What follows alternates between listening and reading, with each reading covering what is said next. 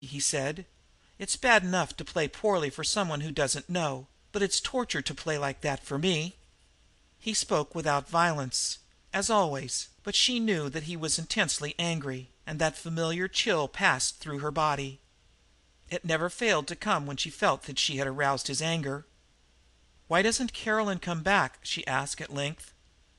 "She's letting him talk himself out, that's all. Caroline's a clever youngster.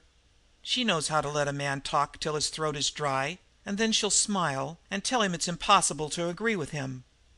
Yes, there are many possibilities in Caroline." "You think Ronicky Doone is a gambler?" she asked, harking back to what he had said earlier. "I think so," answered John Mark, and again there was a tightening in the muscles around his mouth. "A gambler has a certain way of masking his own face and looking at yours, as if he were dragging your thoughts out through your eyes. Also, he's very cool. He belongs at a table with cards on it, and the stakes high." The door opened. "Here's young Rose. He'll tell us the truth of the matter. Has she come back, Rose?" The young fellow kept far back in the shadow, and when he spoke his voice was uncertain, almost to the point of trembling. "No," he managed to say. "She ain't come back, chief." Mark stared at him for a moment, and then slowly opened a cigarette case and lighted a smoke. "Well," he said, and his words were far more violent than the smooth voice. "Well, idiot, what did she do?" "She done a fadeaway, chief, in the house across the street. Went in with that other gent." "He took her by force?" asked John Mark. "Nope. She slipped in quick enough all by herself. He went in last." "Damnation!" murmured Mark. "That's all, Rose." His follower vanished through the doorway and closed the door softly after him.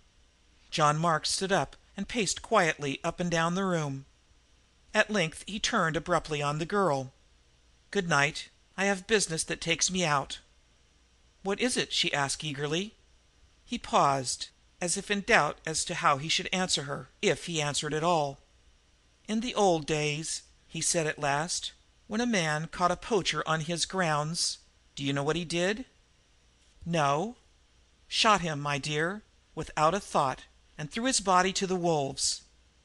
"John Mark, do you mean your friend Ronicky, of course? Only because Caroline was foolish are you going to "Caroline? Tut, tut! Caroline is only a small part of it. He has done more than that, far more, this poacher out of the West." He turned and went swiftly through the door. The moment it was closed the girl buried her face in her hands. Chapter 14